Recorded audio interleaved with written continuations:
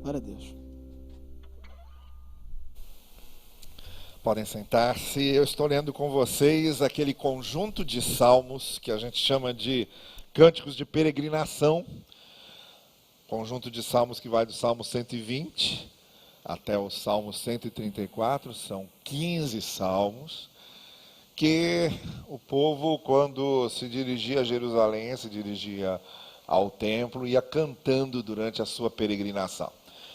E por que a gente está lendo esses salmos? Porque nós estamos na nossa peregrinação, nós estamos na nossa andança, nós estamos na nossa caminhada, nós estamos nessa transição, desde o dia em que nascemos até o dia em que daqui partiremos.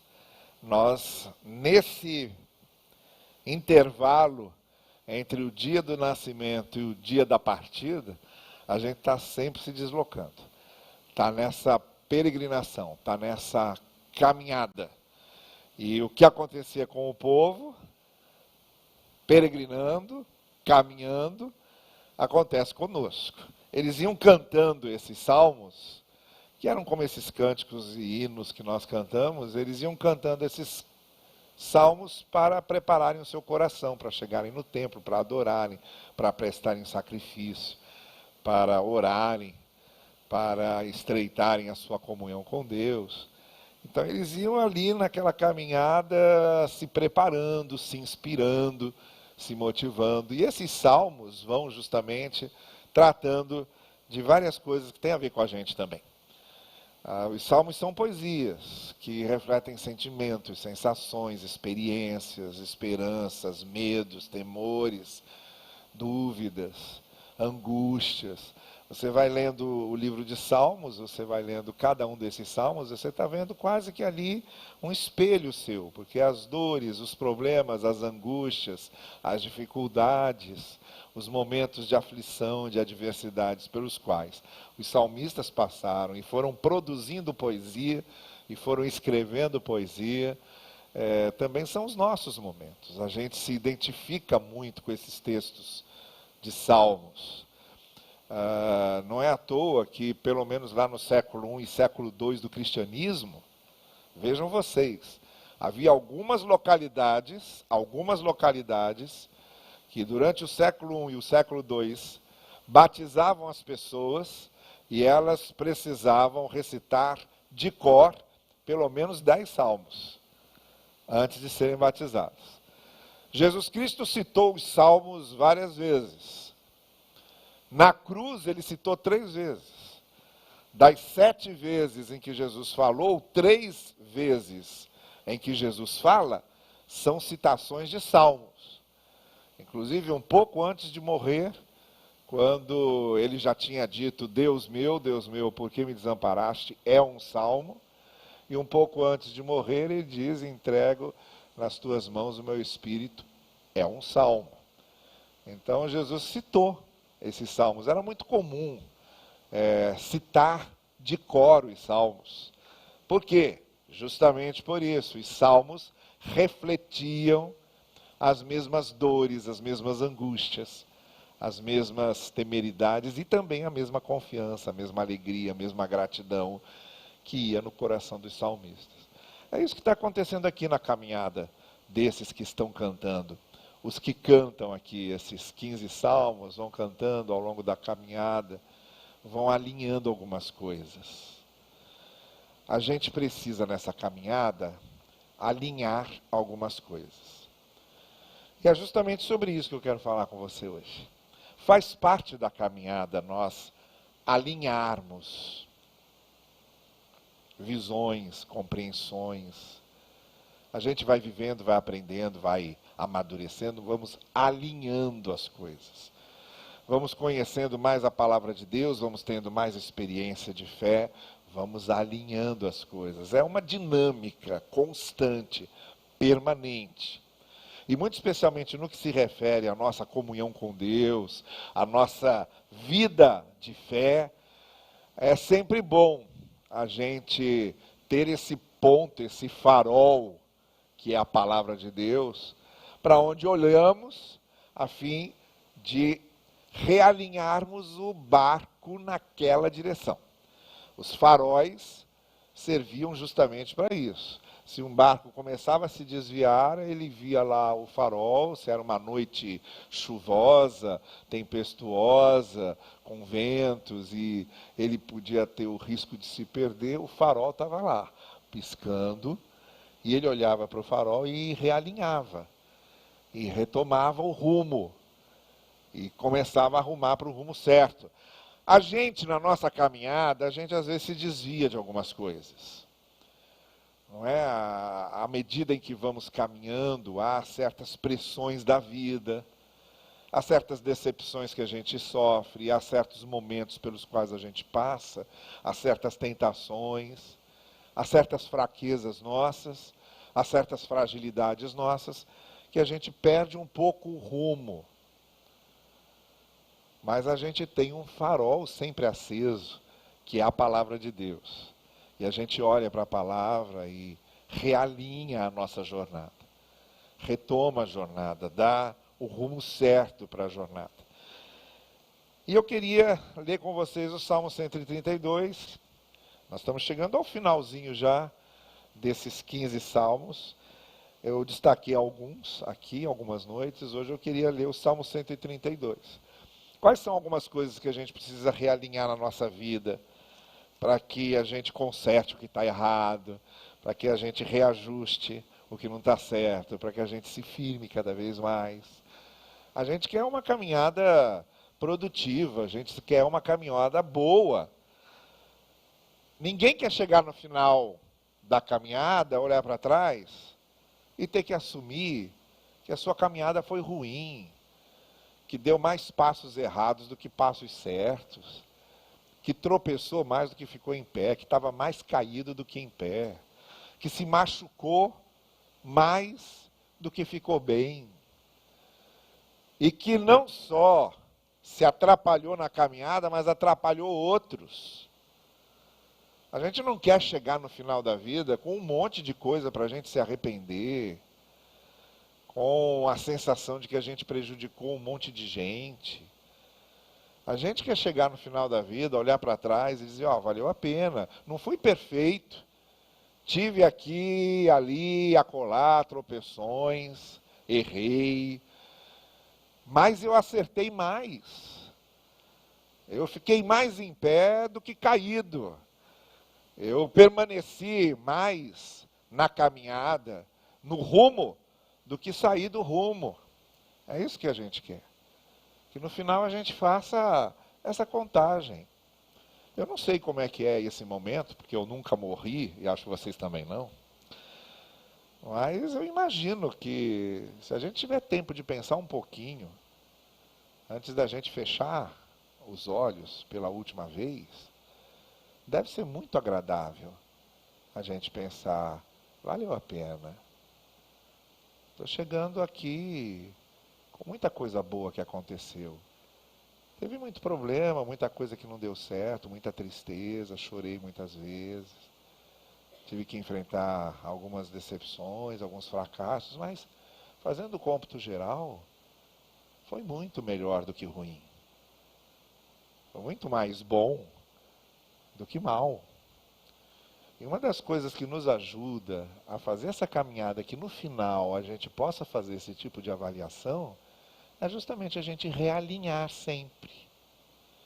O problema não é a gente sair do rumo. Como o problema também não é tropeçar. Nós somos frágeis. Não é? Nós somos frágeis. A gente não tem a sabedoria de tudo. A gente não consegue acertar sempre. Ninguém consegue acertar sempre. Então é claro que a gente de vez em quando tropeça e sai do rumo. O problema não é esse. O problema é sair do rumo e não voltar. O problema é tropeçar e não levantar. O problema é errar e não consertar, e não reparar o erro, e não reajustar as coisas. Esse é o problema. Nenhum de nós vai, nesse final lá, dizer nunca errei. Nenhum de nós vai poder dizer isso. Mas muitos de nós vão poder dizer, acertei mais do que errei. Tropecei, mas levantei. Saí do rumo, mas voltei para o rumo. Isso é que importa. E aqui a gente tem algumas coisas que nos ajudam a voltar para o rumo, que nos ajudam a realinhar nossas vidas, nossa caminhada, nossa peregrinação. Então vamos lá, leia comigo. Eu vou fazer uma leitura que eu vou explicar para vocês aqui algumas coisas que são importantes. Então, nessa primeira parte eu vou explicar algumas coisas, na segunda parte eu quero aplicar isso para a vida da gente. Tá bem? Porque é claro que quando a gente lê a Escritura, a gente quer saber o que o autor disse, mas não importa só o que o autor disse. A gente, quando lê a Escritura, quer saber o que aquilo tem a ver comigo. É muito bonito a gente entender o que esse poeta disse. É bom. É muito bom. E tem que entender para poder aproveitar melhor a leitura. Mas não adianta nada se a gente parar aí. A Bíblia é a palavra de Deus porque a gente lê, compreende e vê o que pode aplicar para a vida da gente. Então, nessa primeira parte aqui, agora, eu quero explicar algumas coisas. E na segunda parte da minha palavra, eu quero aplicar para a nossa experiência, respondendo essa pergunta. O que a gente precisa realinhar, o que a gente precisa fazer para retomar sempre o rumo, para a gente se acertar mais do que errar. É um cântico de peregrinação. Estão caminhando, falando do templo, falando de Jerusalém, é para lá que eles estão indo.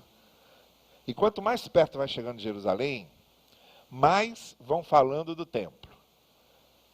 A gente percebe isso. À medida que vai chegando ao final dos 15 salmos, mais eles vão falando do templo, da experiência boa que é estar no templo de Deus. É o caso desse 132. Já está quase no final, esse conjunto termina no 134. Então ele começa falando do templo e da história do templo. E ele diz o seguinte: Senhor, lembra-te de Davi e das dificuldades que enfrentou. Isso aqui tudo é cantado, tá? Para tradução em português, não tem rima, não tem métrica, não tem nada, porque tradução não tem como fazer isso. Mas era poesia, era letra de música, tudo rimado, tudo cantado. Também? Então eles estão cantando isso aqui. Lembra-te de Davi das dificuldades que enfrentou. Ele jurou ao Senhor e fez um voto ao poderoso de Jacó. Não entrarei na minha tenda, isso é, eu não vou entrar, não vou voltar para a minha casa, não vou voltar para o meu palácio. Ele era um rei, a tenda dele não era exatamente uma tenda, era um tendão, né? Era um palácio. Não voltarei para o meu palácio, não deitarei no meu leito, não permitirei que os meus olhos peguem no sono, nem que as minhas pálpebras descansem, enquanto não encontrar um lugar para o Senhor, uma habitação para o poderoso Jacó. A gente sabe o que Davi está querendo. Ele está querendo comprar um terreno, encontrar um terreno em Jerusalém, porque foi Davi, o rei Davi, que fez isso. Antes de Davi, aquilo era um monte de tribo, de clãs separadas, de descendentes de famílias e de tribos diferentes. É Davi que faz essa unidade, que cria Jerusalém como capital, conquista Jerusalém dos jebuseus, estabelece em Jerusalém a capital da nação, e agora ele quer construir o templo em Jerusalém. Então o que ele está dizendo? Eu não vou descansar, eu não vou para a minha casa, sabendo que não ergui uma casa para Deus, uma morada para Deus. O povo conhecia a experiência do tabernáculo no deserto, durante a travessia, mas agora eles estavam na terra que tinham conquistado e não precisavam mais de tabernáculo, queriam agora o templo. Davi queria um lugar para erguer o templo de Deus. É disso que ele está falando. Soubemos que a arca estava em Efrata. A arca era o lugar que durante toda a travessia simbolizava a presença de Deus, estava lá no tabernáculo, no Santo dos Santos. A arca tinha dentro dela o bastão, a vara de Arão, tinha lá alguns pedaços do maná e a tábua da lei. Estava lá, tudo na arca. Carregaram aquilo durante toda a travessia do deserto, ficava no tabernáculo durante a travessia. Agora Davi queria um lugar definitivo para trazer a arca de Efrata, que era o lugar onde a arca estava ali, esquecida, largada ali. Queria trazer a arca, que era o símbolo da presença de Deus, e reintroduzi-la agora no templo. É disso que ele está falando. Mas nós a encontramos nos campos de Jaar. Vamos para a habitação do Senhor, vamos adorá-lo diante do estrado de seus pés. Levanta-te, Senhor, e vem para o teu lugar de descanso, tu e a arca, onde está o teu poder. Vistam-se de retidão os teus sacerdotes, cantem de alegria os teus fiéis, por amor ao teu servo Davi, não rejeites o teu ungido. Essa turma está caminhando, está indo para o templo, e está lembrando desse dia quando Davi desejou construir um templo para Deus. E queria um lugar onde eles tivessem ali esse encontro com Deus, a morada de Deus, a representação da presença de Deus junto ao povo. Tá bem? Vamos continuar. O Senhor fez um juramento a Davi, um juramento firme que ele não revogará. Colocarei um dos seus descendentes no seu trono, se os seus filhos forem fiéis à minha aliança e aos testemunhos que eu lhes ensino, também os filhos deles o sucederão no trono para sempre.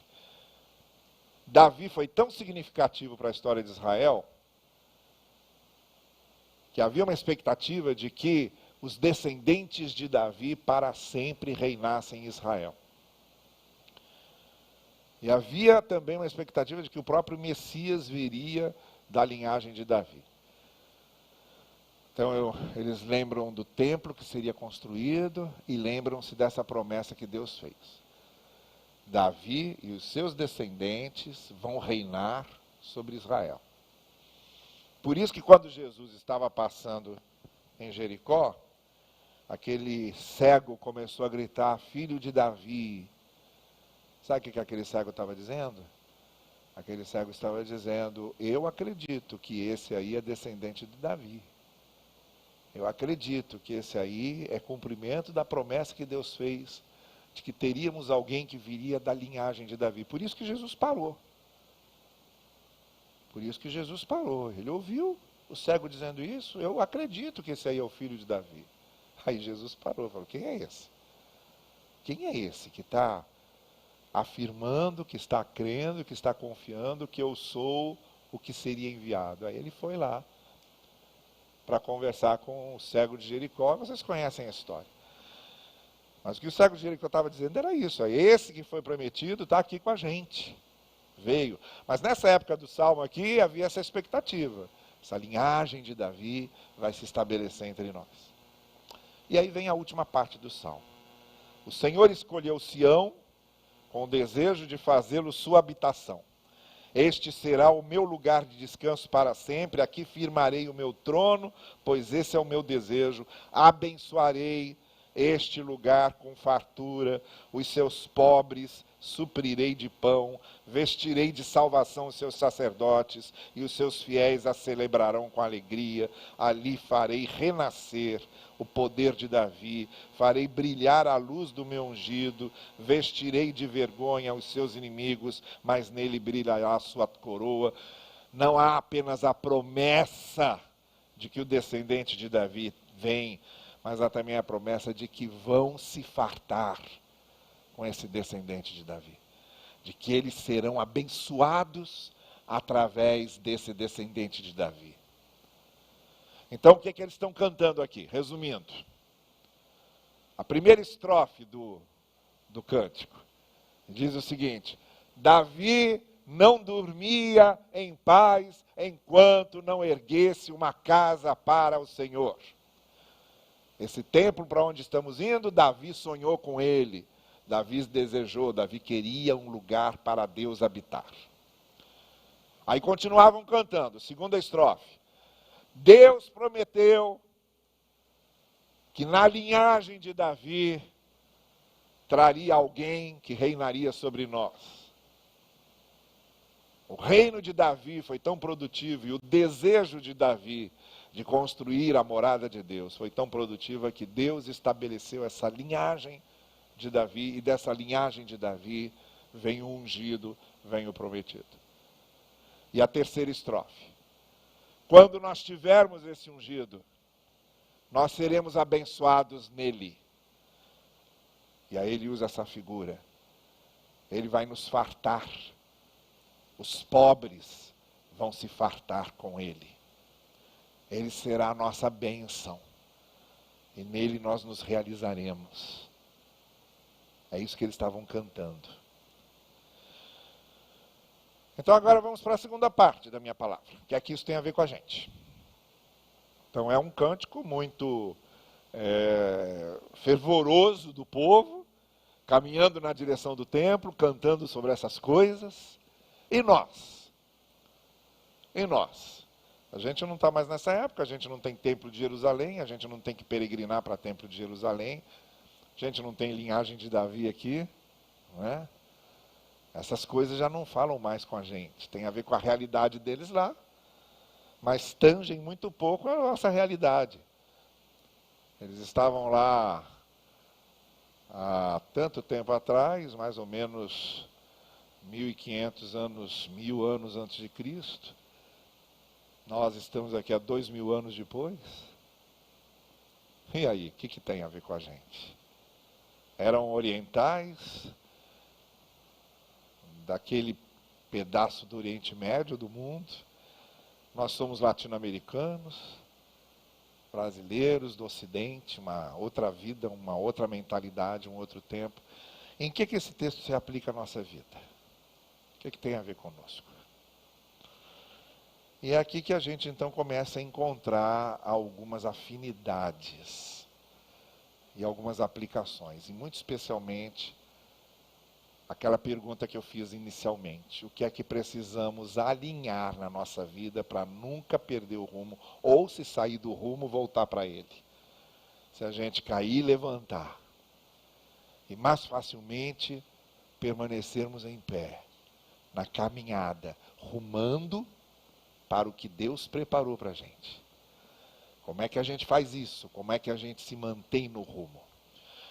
A primeira coisa que precisa acontecer, então, no nosso coração, para que a gente se mantenha no rumo, para que quando a gente tropeça, a gente se levante, para que a gente realinhe coisas na nossa vida, para seguirmos na direção da vontade de Deus, a primeira coisa é esse mesmo desejo que Davi teve, de dar uma morada para Deus. Só que agora não é o templo. O que Davi desejava: não vou dormir, não vou descansar, enquanto não der uma morada para Deus. Esse é o primeiro desejo que a gente precisa ter no coração. Dar uma morada para Deus na nossa vida. Nós é que somos o templo. É o mesmo desejo, só que não está voltado para um lugar físico, está voltado para o coração. Tem um outro salmista que diz: assim como o servo tem sede de água, eu tenho sede de ti. É essa sede de ter Deus na vida, de ter o Senhor no coração, de fazer da nossa vida a morada dele. Esse é o primeiro sentimento que, se for vivo, que se for fervoroso, que se for sincero no nosso coração, é muito mais fácil a gente levantar quando cai. É muito mais fácil a gente voltar para o rumo. É muito mais fácil a gente ficar de pé quando a nossa ligação com Deus não é só uma ligação religiosa, ritual, litúrgica, mas é uma ligação de coração. Nós nos tornamos morada do Senhor. O nosso coração se torna morada do Senhor. Eu quero que o Senhor habite em mim, seja o meu Senhor, esteja comigo e em mim. Essa promessa Jesus fez aos seus discípulos, muito claramente, e nesses mesmos termos, quando ele disse para os discípulos: daqui a um tempo eu estou indo. Foi muito bom conhecer vocês, foi muito bom ter estado aqui com vocês, mas está chegando a minha hora, eu vou. Só que eu não vou deixar vocês sozinhos, eu vou enviar o meu Espírito para que habite em vocês. Jesus chamou esse Espírito de Paráclito, é o termo que ele usa em grego. Paráclito, para. paráclito é aquele que é colocado ao lado, o companheiro. Serve também para advogado. Vai do seu lado, vai para defender você. O Paráclito, disse Jesus Cristo, vem para habitar em vocês. Ele é que vai fazer vocês se lembrarem de tudo que eu ensinei. Ele é que vai animá-los quando vocês estiverem desanimados. Ele é que vai fortalecê-los quando vocês estiverem enfraquecidos. O Espírito Santo habitando em vocês. O apóstolo Paulo disse, olha, não se esqueçam que vocês são templo do Espírito de Deus.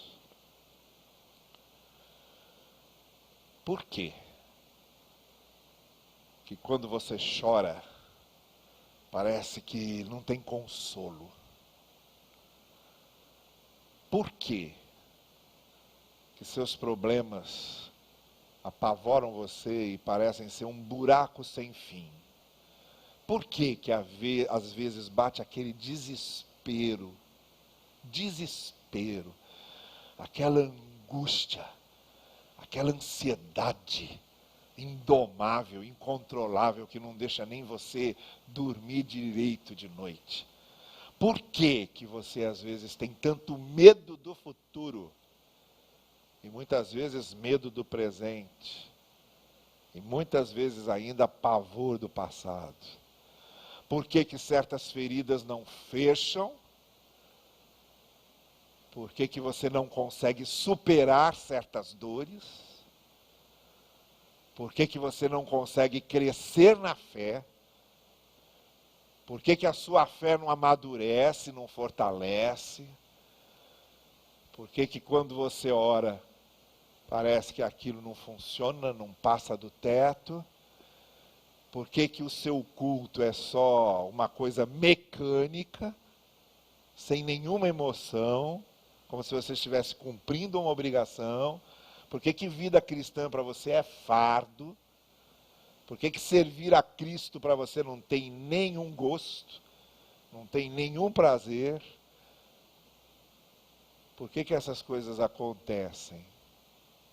Essas coisas só acontecem porque você ainda não fez a sua vida de morada de Deus. Porque o seu coração está cheio de você, em vez de estar cheio de Deus. Porque a sua vida está cheia dos seus interesses, da sua vaidade, do seu egoísmo, e não da palavra de Deus, dos ensinos do Senhor. Por que que você não consegue perdoar? Porque você está cheio de si, do rancor que você tem. Por que que você não consegue estender a mão ao outro? Porque você está cheio de si e do egoísmo que você tem. Por que que você não consegue ter misericórdia? Porque você se transformou num juiz duro, rígido, que aponta o dedo para todo mundo e só sabe julgar os outros, não vai ter espaço para misericórdia nunca. O que está faltando é você se transformar num templo de Deus. É o seu coração, seu lar da graça do Senhor. Religião não preenche isso, rito religioso não preenche isso. A única coisa que faz com que você seja cheio do Espírito de Deus e tenha alegria nisso tudo que a palavra de Deus nos manda cumprir, é quando você transforma a sua vida na morada do Senhor. Da mesma forma como Davi não conseguia dormir sem pensar em dar um lugar para Deus morar, você devia pensar seriamente nisso e não conciliar o sono, enquanto não fosse de fato, verdadeiramente, realmente a morada de Deus em você. O templo do Senhor. O coração cheio de Deus. É aí que começa. E é aí que você tropeça menos. Quando tropeça, levanta. Quando sai do rumo, volta. E continua no rumo. Porque Deus não é uma figura. Deus não é uma ideia. Deus não é página de Bíblia. Porque Deus está habitando em você. E só aqueles que têm o Espírito Santo habitando em si, sabem experimentar o que é Deus habitando no coração. Por isso que o apóstolo Paulo falou, olha, em vez de vocês ficarem se enchendo de vinho, se alegrando no vinho, buscando no vinho a solução, vamos beber para esquecer, em vez de vocês ficarem se enchendo com isso, encham-se do Espírito. Em vez de vocês se refugiarem nas drogas, buscando compensação e consolo nas drogas, encham-se do Espírito. Se fosse hoje, Paulo diria, não tem barato maior do que o Espírito Santo. Não tem barato maior do que o Espírito Santo. Então essa é a primeira coisa que eles estão cantando. Davi quis erguer uma morada para Deus. Não, a gente não tem mais isso. E como Jesus disse para a mulher samaritana, não é nem em Sião, nem em Gerizim, Deus é Espírito, e importa que os que o adorem em Espírito e em verdade. Ele habita na gente, não habita nos templos. Você não precisa estar dentro de um templo para sentir a presença de Deus. Você pode estar a quilômetros de um templo e vai sentir a presença de Deus, porque Deus está dentro de você. Essa é a diferença. Essa é a primeira coisa que eles estão cantando. A segunda coisa, para eles lá tinha a linhagem de Davi. Então é isso, olha, Davi se tornou o símbolo dessa promessa, dessa linhagem. Daquele que vem, do ungido que vem, da linhagem de Davi, que se revela a nós. Essa promessa também se cumpre para a gente, porque esse foi Cristo. E a partir daí a gente não precisa mais de Davi, não precisa do trono de Davi, não precisa de Moisés, não precisa de Salomão, não precisa de Elias, não precisa de Eliseu, não precisa de nada disso. Jesus Cristo veio, se revelou como aquele que foi o enviado de Deus, o ungido de Deus, e em Cristo todas as promessas do Senhor se cumpriram. Na casa de Zaqueu, Jesus Cristo disse, eu vim para buscar e salvar o que havia se perdido. Essa foi a missão dele.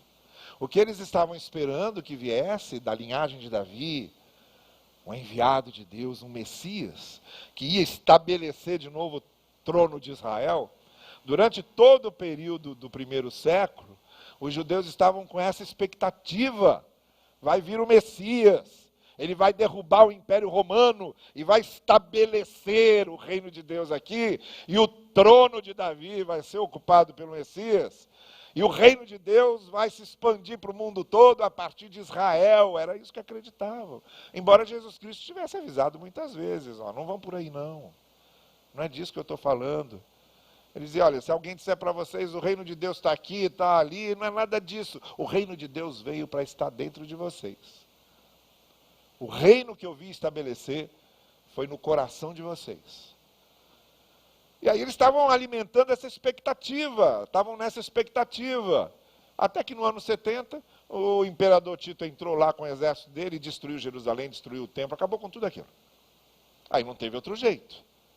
Aí eles tiveram que se convencer que realmente aquele reino não ia vir. E não veio. O reino que eles estavam esperando não veio, porque não foi aquilo que Jesus estava propondo. O que veio foi o reino do coração que Jesus Cristo traz. Ele foi esse cumprimento. Ele. Ter o reino de Deus é ter Cristo na vida.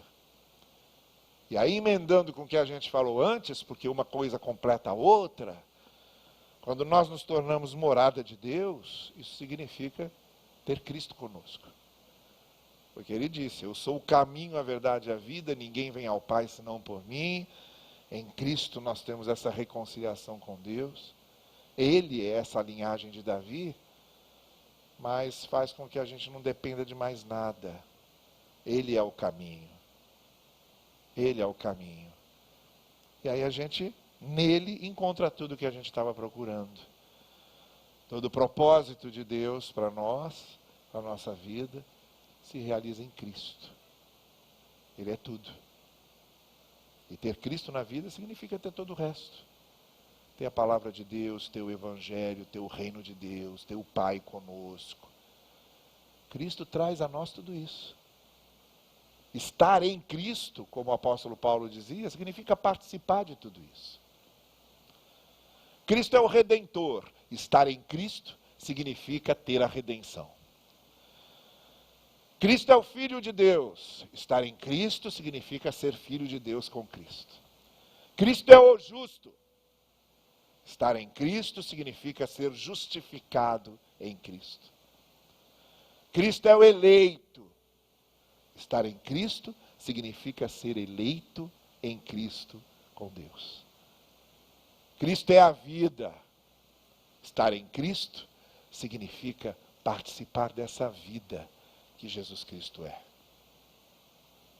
Então ele é tudo.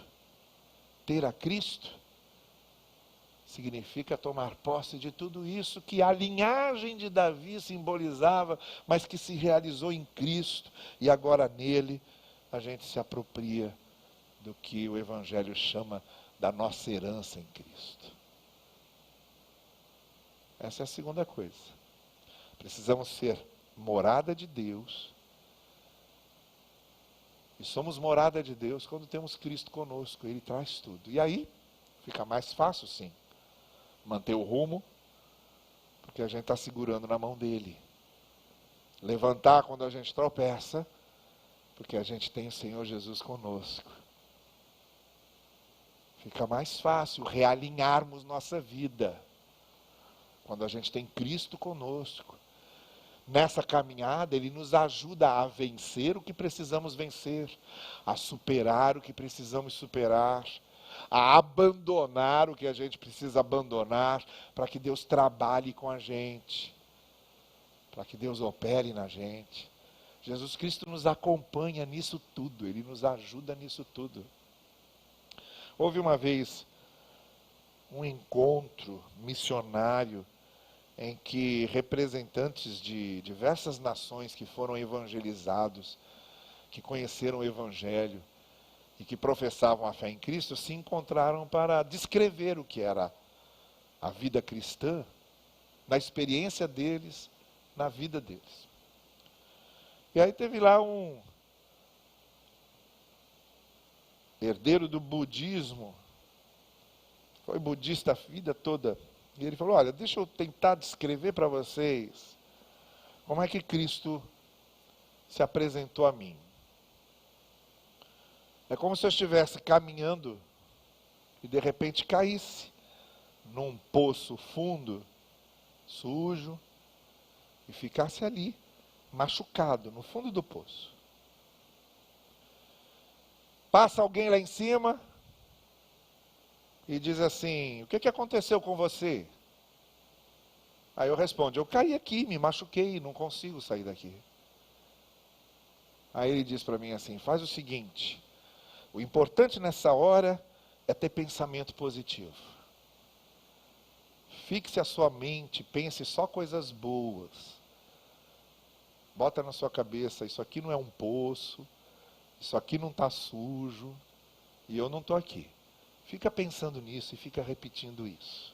Está bem assim? Está bem. Foi embora e eu continuei lá, no fundo do poço, do mesmo jeito, sujo, ferido, sem conseguir sair de lá. Aí passou a segunda pessoa. Passou a segunda pessoa e falou, ué, o que você está fazendo aí? Eu falei, vinha caminhando, tropecei e caí aqui. Aí ele falou, isso que dá, não olhar por onde anda. Está vendo? Não olhou por onde anda. Quem não olha por onde anda, acaba caindo num buraco desse aí, todo sujo, todo machucado. Da próxima vez, vê se olha por onde anda, deu as costas e foi embora. E eu continuei lá embaixo, ferido, sujo, no fundo do poço, sem conseguir sair de lá. Aí ele dizia, para vocês entenderem o que aconteceu comigo no Evangelho, passou uma terceira pessoa. Essa terceira pessoa não perguntou nada. Quando ele me viu lá no fundo do poço, ele sabia que eu tinha caído. E ele sabia que eu já estava sujo. E ele sabia que eu estava machucado. A única coisa que ele fez foi me perguntar: você quer sair daí? Eu disse: quero. Então ele me estende a mão, consegue alcançar a minha mão, com força me traz para fora, me coloca do lado dele e diz para mim assim: bom, agora eu vou limpar você, vou limpar as suas feridas, você vai andar do meu lado, você vai me seguir, vai vir comigo, e eu não vou deixar mais você cair num buraco como esse. E aí ele olhou para o auditório e disse: esse foi o meu encontro com o Evangelho. É isso que Jesus representa para mim. Foi dessa forma que a graça agiu na minha vida. Então é isso, em Jesus as coisas se completam. E a terceira e última coisa, a palavra no Salmo, de que Deus faz essa relação, diz: eu tenho uma aliança com vocês. Ele fez uma aliança com Davi, fez uma aliança com o povo. E ele diz: se vocês andarem nos meus caminhos, então eu abençoarei vocês. Aí vai ser mais difícil vocês caírem, vocês se sujarem, vocês se machucarem, porque vocês estarão andando nos meus caminhos. Essa é a aliança que Deus fez com o povo, a aliança que Deus fez com Davi, a aliança que aquele povo cantava nesse salmo. Davi quis fazer um templo para Deus, por causa disso ele se tornou linhagem abençoada do Senhor, e ele estabeleceu, Deus estabeleceu uma aliança com Davi e com o povo. Pois é isso que também acontece conosco. O templo somos nós. Para a gente poder continuar no rumo, voltar para o rumo, levantar das quedas, precisamos ter Deus morando conosco em nosso coração. Segundo, em Jesus temos isso. Jesus veio para tornar isso viável, possível. Em Jesus se realiza essa revelação da graça, do amor de Deus. Ele é o ungido de Davi que se apresenta a nós, e agora a gente não precisa de nenhum outro mediador, ele é o que precisamos para a graça de Deus se manifestar na nossa vida. E a terceira coisa é essa. Agora a gente está andando com ele nos ensinos do Evangelho. Essa é a aliança que ele faz com a gente também. Me sigam. Me sigam. O convite dele é sempre muito simples, muito direto e tem a ver com ele. Ele está no centro. Ele está no centro. Me sigam. O convite é para seguirmos a Cristo. É Ele que faz as garantias, é Ele que faz as promessas, é Ele que vem conosco. E essa é a aliança que Ele faz. Essa é a aliança que eu faço com vocês. Aquele que me seguir terá a luz da vida, não andará em trevas. Eu sou a ressurreição e a vida. Aquele que crê em mim, ainda que esteja morto, viverá. Eu sou o pão que desceu do céu. Quem comer não voltará a ter fome. Essa água que você está bebendo, você voltará a ter sede. Mas da água que eu der, fará uma fonte na vida dessa pessoa e nunca mais ela terá sede. Eu sou o bom pastor. Eu vim dar a vida por vocês. Eu sou a porta. Entrem por mim e vocês acharão pastagens. Eu sou o caminho. Sigam-me. Essa é a aliança. Esse é o convite. Então o que esse salmo tem a ver conosco? Tem tudo a ver conosco. Não nesses termos literais em que o salmo está, mas naquilo que ele representa. Nós precisamos ser morada de Deus. Não basta só uma ligação religiosa. Deus precisa habitar na gente. Uma coisa é dizer, o Senhor é pastor. Outra coisa é dizer, o Senhor é meu pastor. E só pode dizer, o Senhor é meu pastor, quem tem o pastor habitando nele.